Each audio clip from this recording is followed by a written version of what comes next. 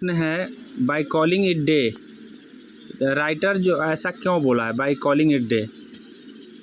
तो राइटर ने ऐसा इसलिए बोला है कि कंक्लूडिंग समथिंग, कुछ कंक्लूडिंग समथिंग, एंडिंग के लिए इस मुहावरे का प्रयोग by calling it at day का मतलब हुआ एंडिंग या कंक्लूडिंग, समाप्त करना या निष्कर्ष, कंक्लूड करना होगा। चलिए दूसरा प्रश्न, ये से उससे पहले मैं आपको बता दूं कि सेट नंबर 19 है, ठीक है, सीटेट का।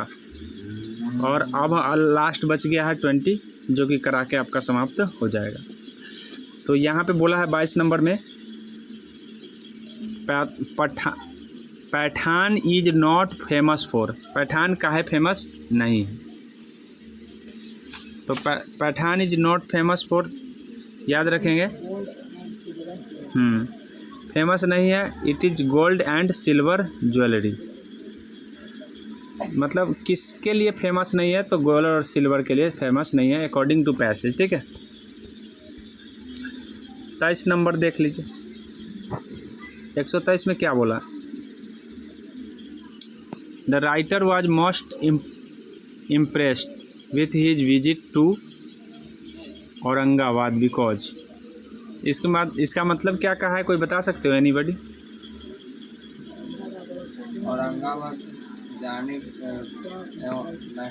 नहीं, विजिट मतलब पहुंचना, मोस्ट इम्पोर्टेंट, इम्प्रेस्ड मतलब बहुत खुश हुआ राइटर, क्योंकि हाँ बहुत प्रभावित हुआ, मतलब वहाँ जाना, औरंगाबाद जाना उसको बहुत प्रभावित किया गया, का है कोई रीज़न रहा होगा तभी प्रभावित हुए थे।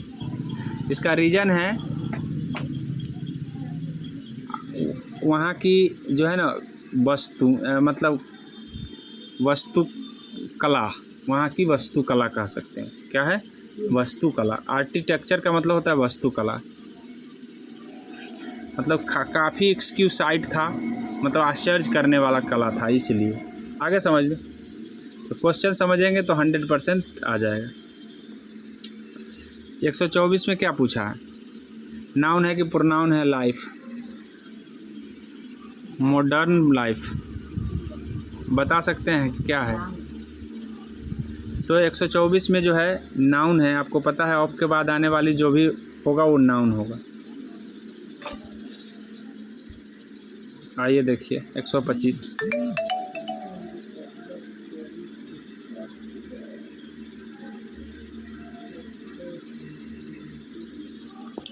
बोला है Ajanta is a popular tourist spot because, Ajanta काहेला पॉपुलर है ये पूछा है। तो इसका मेन रीज़न है, पॉपुलैरिटी का मेन रीज़न है of its free cause and paintings, मतलब वहाँ जो उभारा गया चित्र है और पेंटिंग है, इसीलिए वो ज़्यादा पॉपुलर है। यही पूछा गया था, आपको ध्यान रखना। Which of the following word is closest, closest का मतलब भी होता है सिमिलर मीनिंग, मतलब नज़दीक, सेम मीनिंग। तो किसका सेम मीनिंग है, एक्सक्यूसाइटली, एक्सक्यूसाइटली का सेम मीनिंग क्या होगा, वही है इंट्रिकेटली होगा। क्या हो जाएगा, इंट्रिकेटली, मतलब ज़्यादा सुंदर, आनंद देने वाला हो उसको हम एक्सक्यूसाइटली कहते हैं, आनंददायक, प्रभावित करने वाला जिसको कहते हैं। तो इंट्रेक्टली का मतलब भी यही होता है, डिलाइटफुल्ली भी हम इसको कह सकते हैं, सॉरी डिलाइटफुल्ली थोड़ा अलग हो जाता है। Beautiful and delicate intricately in a way that the lot of small part that are arranged in the delicate way, यानी कि कुछ छोटा सा पार्ट है जो एक डिलाइकेट वे में सजाया गया हो, तो उसको हम ज़्यादातर सेम मीनिंग जो है ना इंटरेक्टली ही दे रहा है, ठीक है। एक्सक्यूसाइटली का मतलब इंटरेक्टली होगा। ऐसे यहाँ पे डिलाइटफुल्ली दिया है, तो वेरी प्लीजेंट पार्ट को हम, अट्रैक्टिव पार्ट को, इंजॉयबल वे को हम कहते हैं डिलाइटफुल्ली। जॉयफुल इन वेरी हैप्पी को जॉयफुल्ली कहते हैं। डेलिबरेटली का मतलब होता है ऑन पर्पस, मतलब उद्देश्य से। ठीक है, तो ये सारे चीज़ को आपको ध्यान रखना है कि यहाँ पे इंटरेक्टली सही ज़्यादा मीनिंग अच्छा होगा एक्सक्यूसाइटली का। 127 के देख लीजिए। अपोजिट मीनिंग पूछा है किसका? प्रिजर्वेंस का। प्रिजर्वेंस करने का मतलब बचाना होता है, तो इसका मतलब ढहाना हो जाएगा। बचाना का मतलब मारना, पिटना, ढहाना हो जाएगा।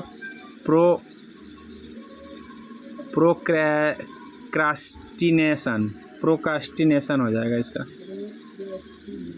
हाँ, प्रोक्रास्टिनेशन।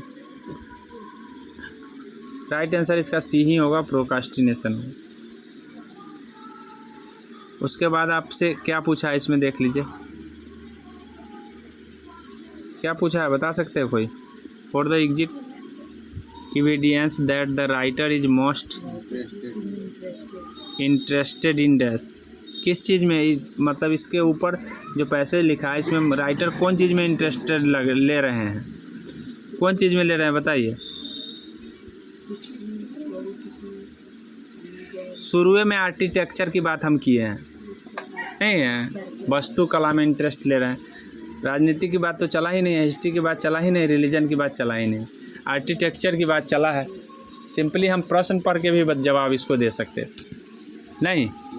अगर ये गलती कर लिए हैं तो सोच सकते हैं कि कितना बड़ा आप होशियार आदमी होंगे।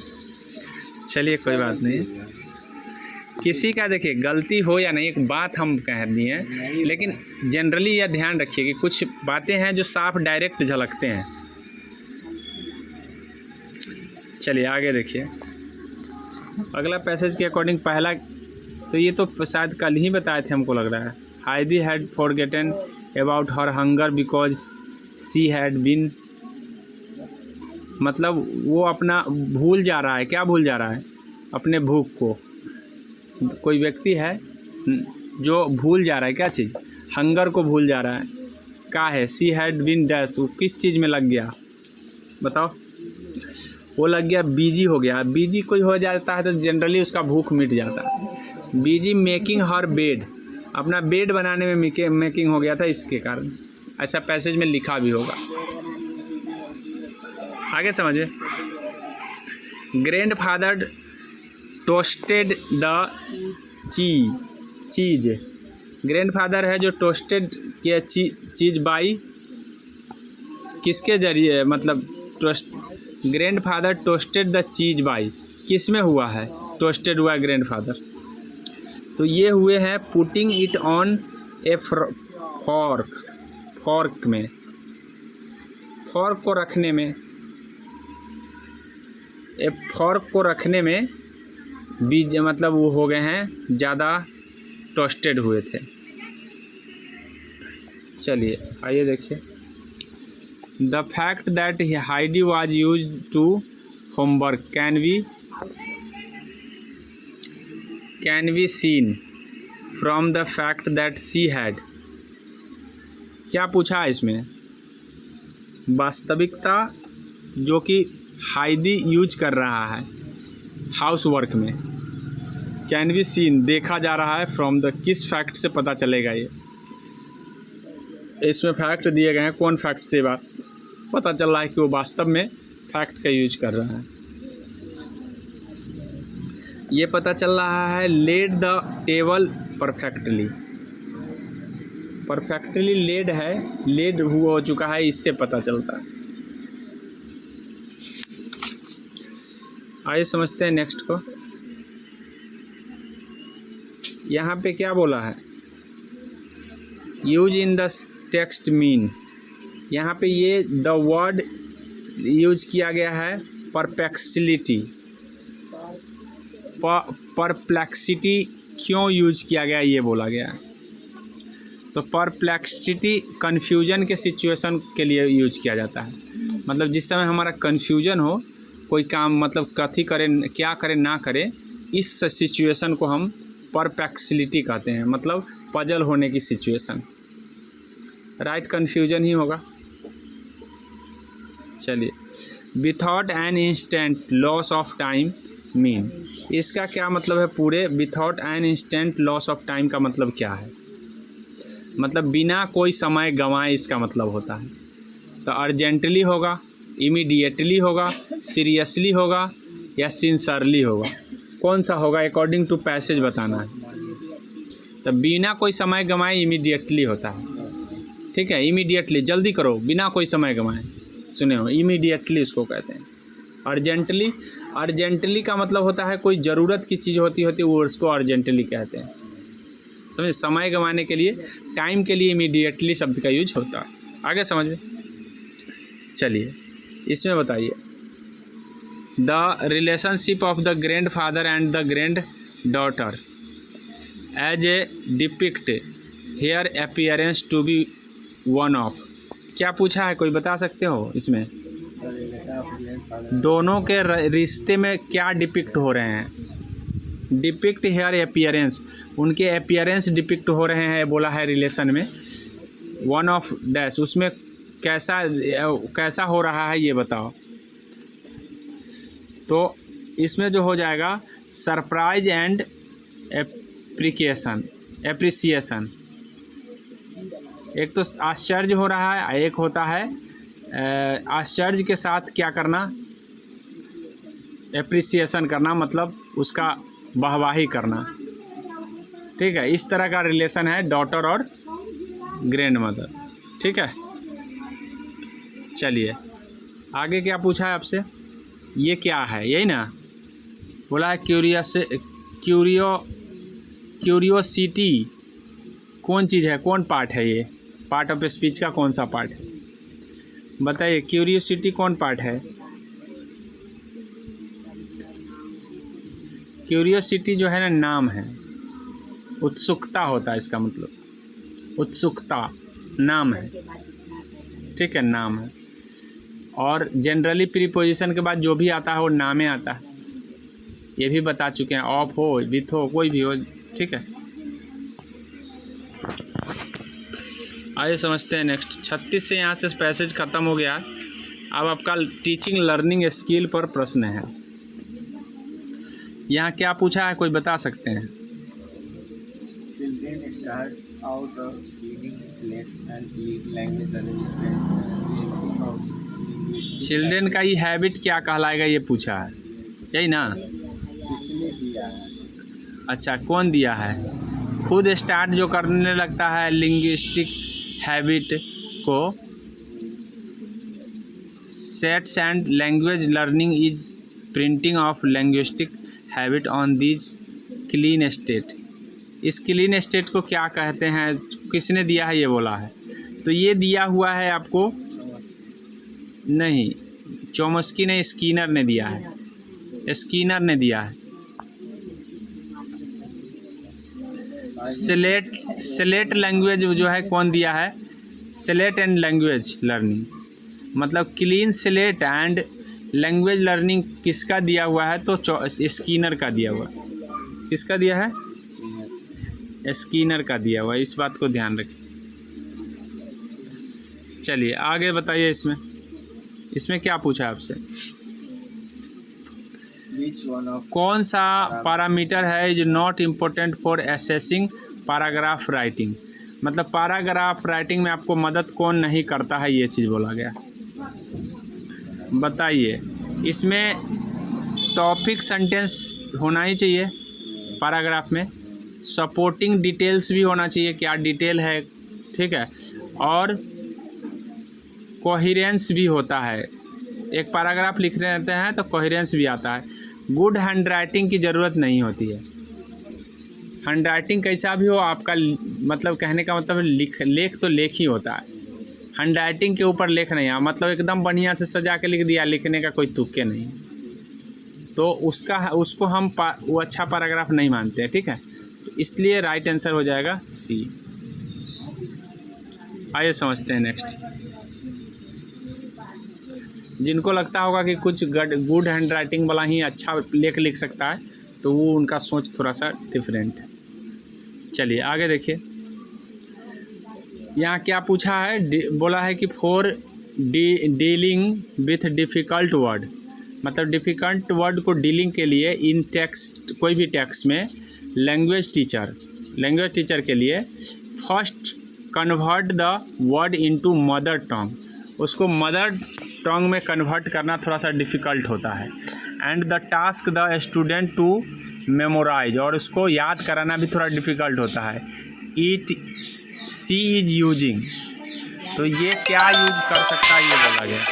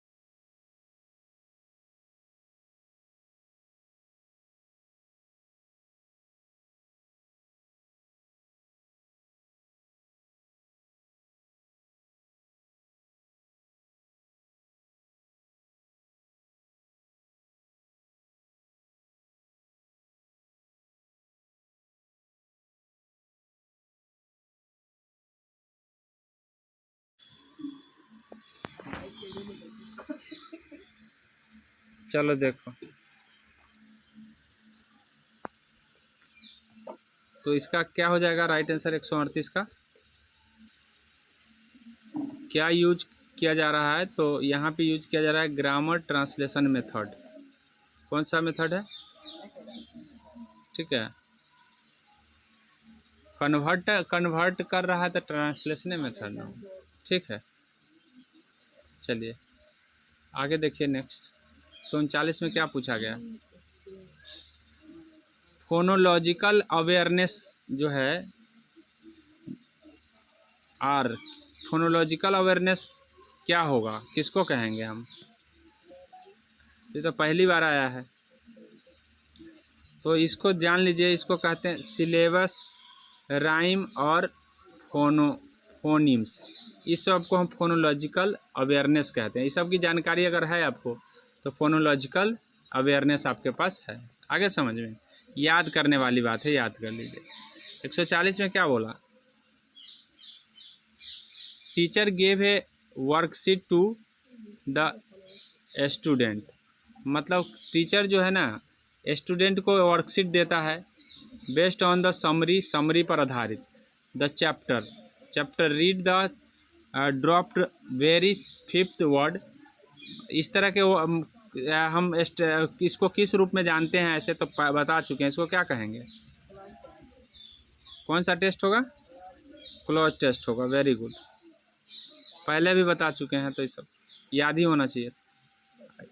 इसको बताइए, which of the following statement is not true for the reading, मतलब एक रीडिंग के लिए कौन स्टेटमेंट सही नहीं है ऐसा बोला है। तो इसमें पहला ही सही नहीं है, रीडिंग इज बोला है sounding out word and decoding. Sounding out और डिकोडिंग रीडिंग का नहीं लिसनिंग का है, इसलिए ध्यान रखें। रीडिंग इज कंस्ट्रक्टिव हो सकता है, रीडिंग एबिलिटी प्रोसेस जो हो सकता है, अंडरस्टैंड किया जा सकता है। Reading is ability understand and meaning author trying to convey किया जा सकता है। तो ये सारी चीज़ है, एक ए वाला गलत है, इसलिए राइट आंसर ए हो जाए। देखिए 42 में क्या बोला है,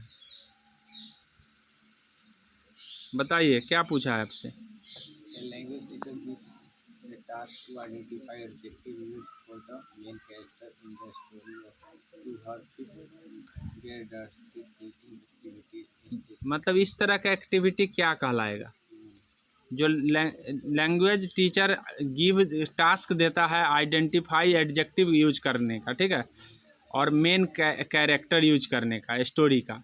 तो इस तरह के हम पढ़ाई को कैसा पढ़ाई कहेंगे, तो इस तरह के पढ़ाई को हम इंटेंसिव रीडिंग कहेंगे।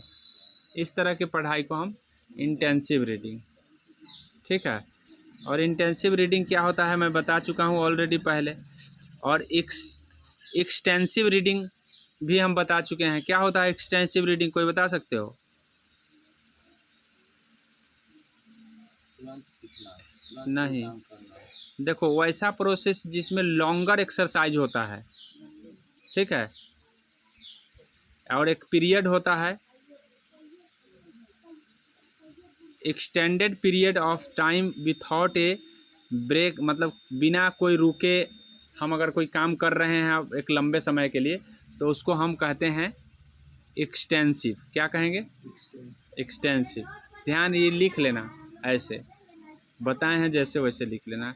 और इस तरह के जो वर्ड है, जो जैसे एडजेक्टिव यूज करना और स्टोरी का मेन कैरेक्टर बताना, तो वो सब हो जाएगा तुम्हारा इंटेंसिव। किस में आ जाएगा? इंटेंसिव में। स्कीमिंग में क्या आता है? इसमें सेलेक्टिंग रीडिंग मेथड, मतलब इसमें ऐसा मेथड को चुना जाता है जिसमें फोकस किया जाएगा मेन आइडिया और टेक्स्ट। मेन आइडिया और टेक्स्ट को जब फोकस किया जाएगा तो वो हो जाएगा स्कीमिंग मेथड। याद कर लेना, मेन आइडिया और टीचिंग, मेन आइडिया और टेक्स्ट को हम करेंगे तो। अच्छा, कोलरेटिव रीडिंग भी होता है, बता सकते हो कोलरेटिव रीडिंग में क्या होता है?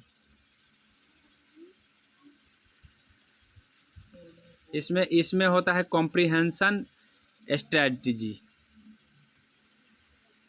कॉम्प्रिहेंशन अगर स्ट्रेटजी आएगा तो वो हो जाएगा तुम्हारा कोलैबोरेटिव रीडिंग होगा।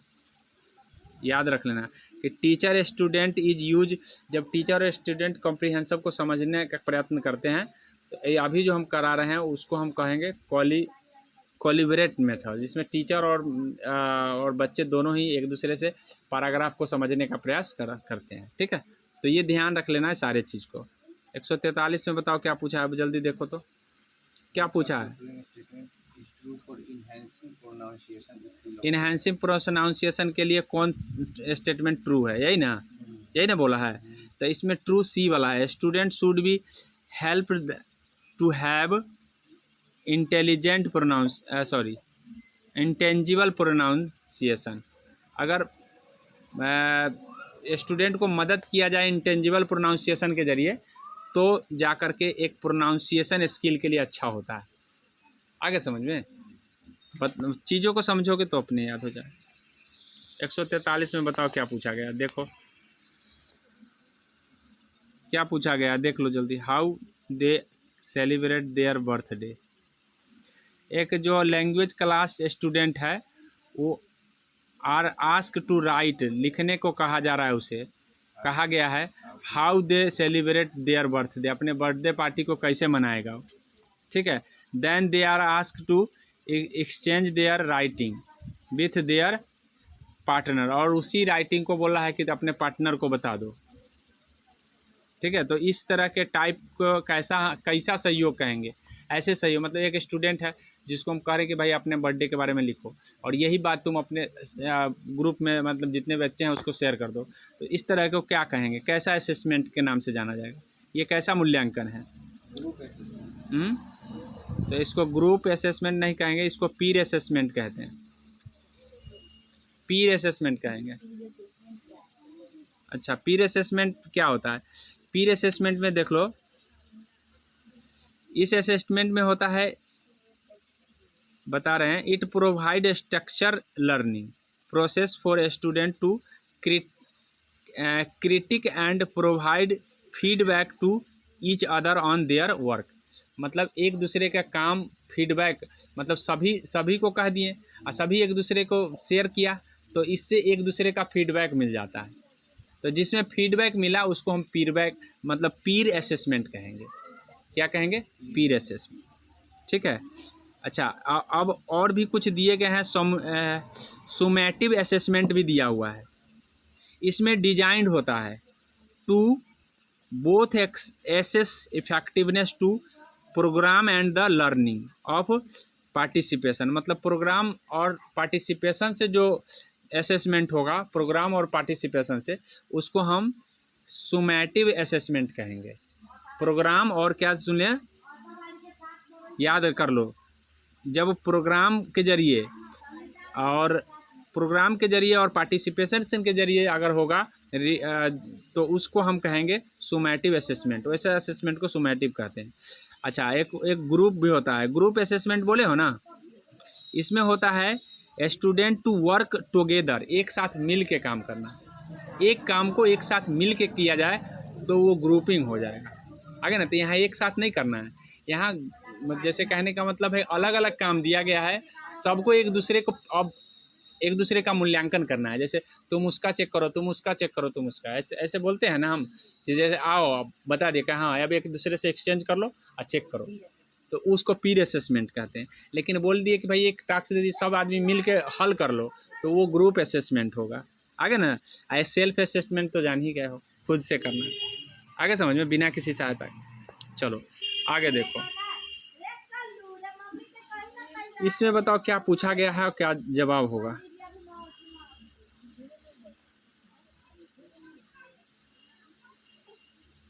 बताओ क्या पूछा गया है। Which of the following is true about dialect and accent? हाँ, डायलेक्ट और एसेंट का के लिए सत्य कौन है, यही ना। तो डायलेक्ट का मतलब होता है actual language use in a particular place, जो सही जगह पर सही लैंग्वेज का यूज करना डायलेक्ट कहलाता है। जैसे अभी हमको जो लैंग्वेज बोलना चाहिए वही बोल रहे हैं, हम अपनी भाषा में अगर ठेठी बोलने लग जाए तो वो डायलेक्ट नहीं है। डायलेक्ट का मतलब सही जगह पर सही चीज़ों को यूज करना, वो डायलेक्ट है, ठीक है।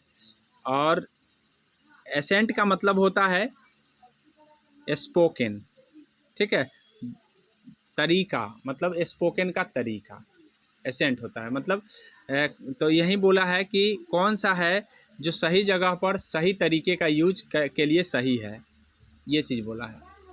तो इसमें राइट आंसर जो हो जाएगा तुम्हारा सी हो जाएगा।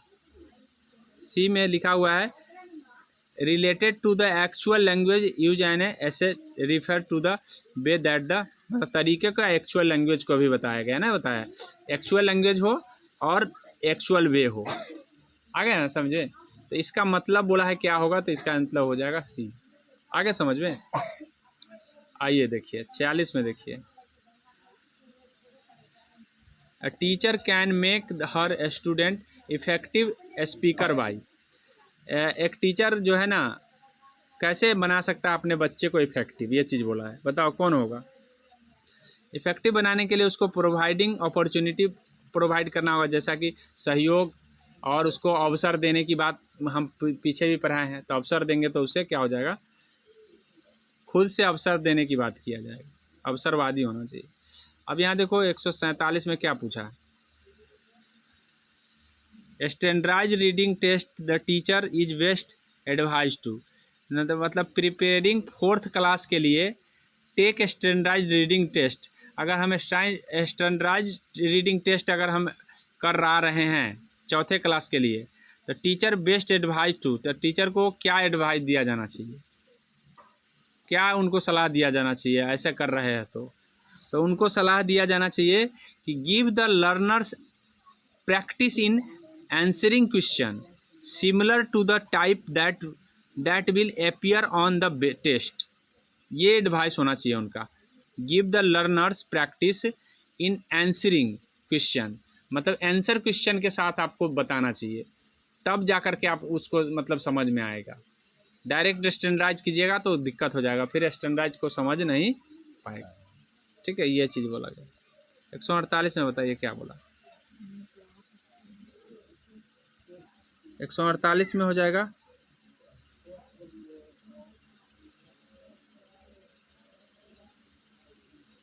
मतलब इस टाइप के को क्या कह रहे हैं, तो इस टाइप को हम स्टूडेंट फ्रेंडली कहेंगे। स्टूडेंट फ्रेंडली देख लीजिएगा, और जल्दी में बता दे रहे हैं, थोड़ा लेट हो रहा है। तो एक इसका हो जाएगा कौन सही है, तो दोनों सही है इसमें। और 150 में देख लीजिए क्या कहा है। 150 में भी प्री राइटिंग सही है, ठीक है। चलिए